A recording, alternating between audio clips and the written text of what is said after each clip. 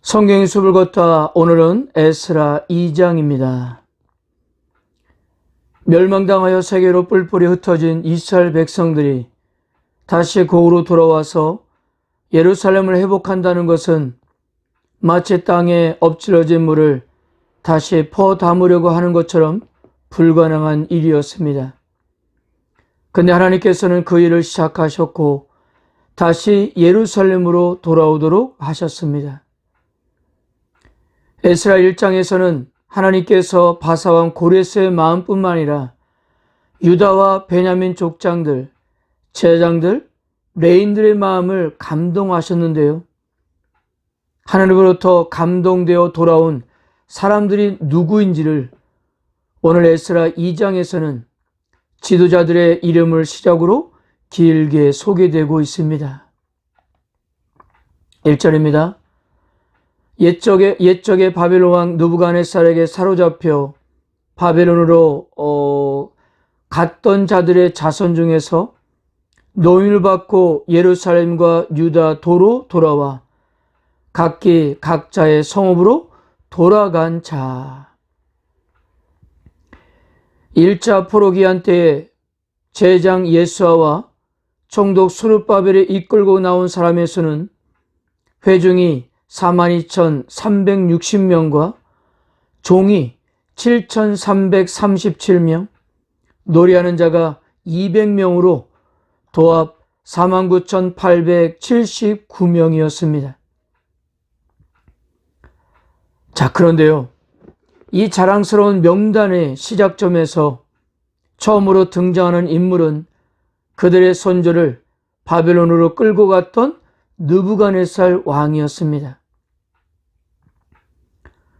성경기자는 그 아픈 역사를 고스란히 이 명단에 포함시키며 그때 일을 결코 잊어서는 안 된다는 사실을 강조하고 싶었던 것 같습니다. 또한 귀한 자들이 예루살렘과 유다 도로 돌아왔다는 것은 그 당시 유다 땅은 바사의 한 도에 해당되기 때문입니다. 역사가인 헤로도투스에 의하면 바사왕 다리오 때는 전국을 20개의 도로 나누었는데 유다는 그중 제5도에 속했다고 합니다. 그리고 당시 바사국의 사람들은 유다 땅을 강 건너의 지방이라고 그렇게 부르기도 했다고 했습니다.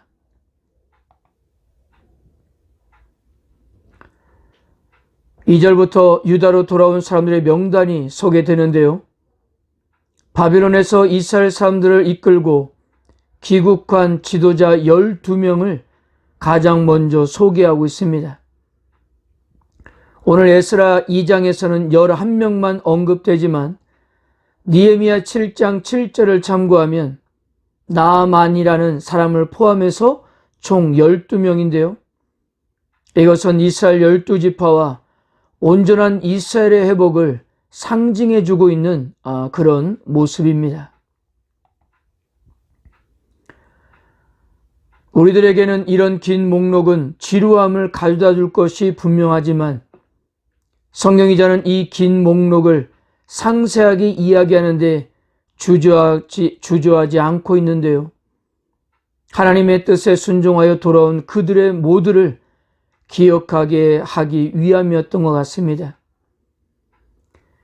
비록 이들이 포로들 중 극히 일부라 할지라도 이들은 가족의 형태로 애굽에 내려가 나라를 이루었던 야곱의 무리처럼 하나님이 허락하신 이스라엘이라는 나라를 회복할 백성들이었기 때문입니다.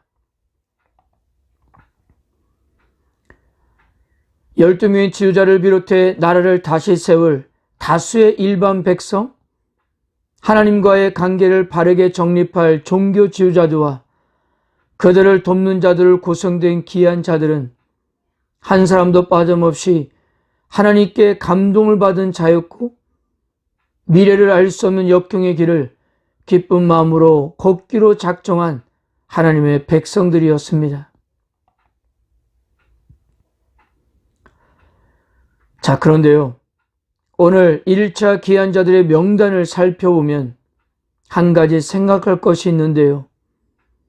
다른 부류의 사람들보다도 레위 사람들의 귀환 숫자가 상대적으로 너무 적다는 점이었어요. 제장들의 수를 합하면 총 4,289명인데요. 여기에 비해 레위인들은 341명밖에 되지 않았습니다. 예루살렘에 새롭게 형성하게 될 이스라엘 공동체에 레위 사람들의 수가 매우 부족했던 것입니다. 이러한 문제는 2차 귀환자들 안에서도 발생되었는데요. 에스라 8장에 가보면 훗날 에스라가 2만 명이 안 되는 무리를 이끌고 올 때도 레인들이 부족해서 출발을 늦추면서까지 추가로 모집했지만 고작 38명만 데리고 예루살렘으로 돌아오게 되었던 것입니다. 여기 학자들은 제장들과는 달리 레위 사람들은 귀환과 성건 재건에 대해 그다지 좋게 받아들이지 않았던 것으로 그렇게 생각했습니다. 왜냐하면 예루살렘으로 돌아와 봤자 차지할 유산도 없을 뿐 아니라 제사장에 비해 자신들의 입지와 이권이 열악했기 때문입니다. 포로가 되어 바벨론으로 끌려가기 전 레위 사람들은 성전에서 성가를 부르고 문지기를 하고 짐승들을 잡았습니다. 서기관과 율법을 가르치는 일도 했고 성전을 위해 모금까지도 했습니다.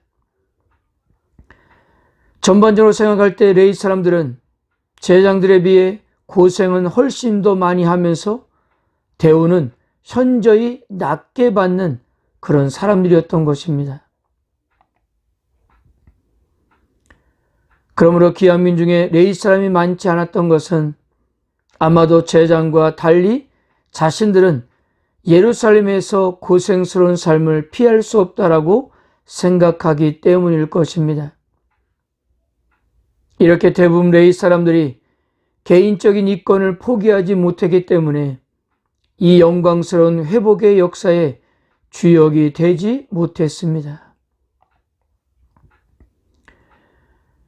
결국 레위 사람들의 낮은 귀향률은 믿음과 헌신의 문제였다고 말할 수밖에 없는 것은 귀향자들 중에 레위 사람들보다도 더 낮은 신분의 사람들이 레위인들보다도 더 많은 숫자가 귀향했기 때문입니다.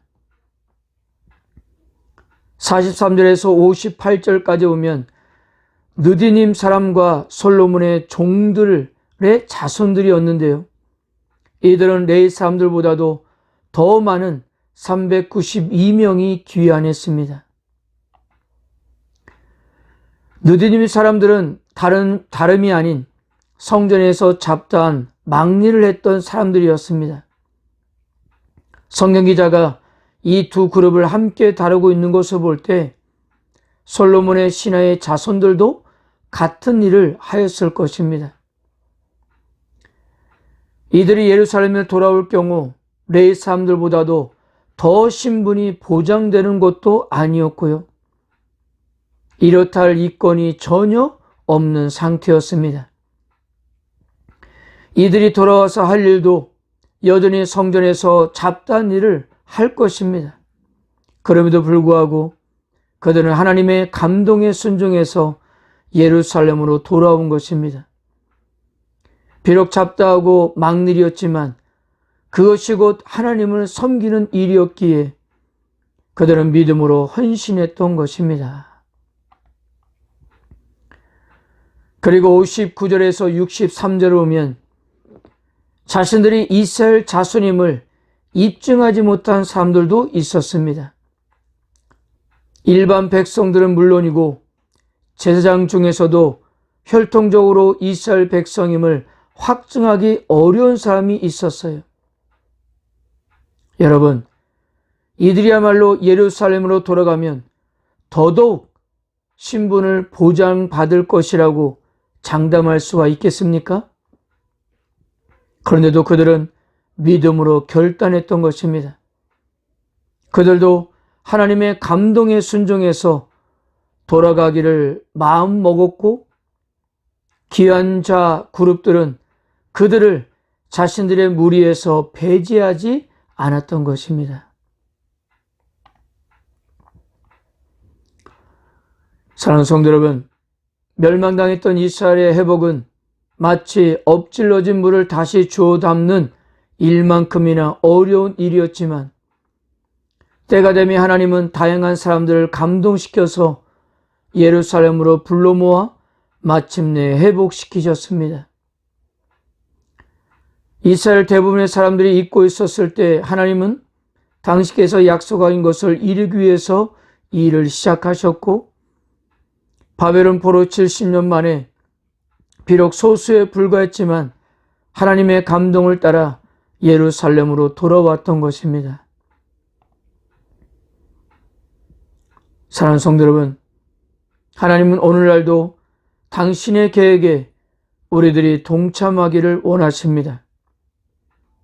물론 하나님의 계획에 동참한다는 것은 우리에게 힘든 일이고 고생스러운 일일 수 있습니다.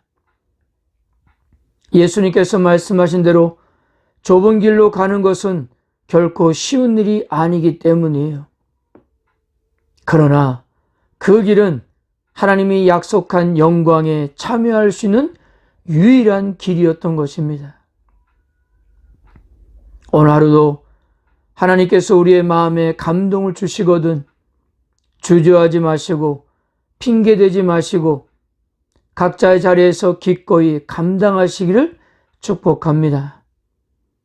하나님은 우리들의 그런 믿음과 헌신을 통해서 구원과 회복의 역사를 성취해 가실 것입니다. 아멘.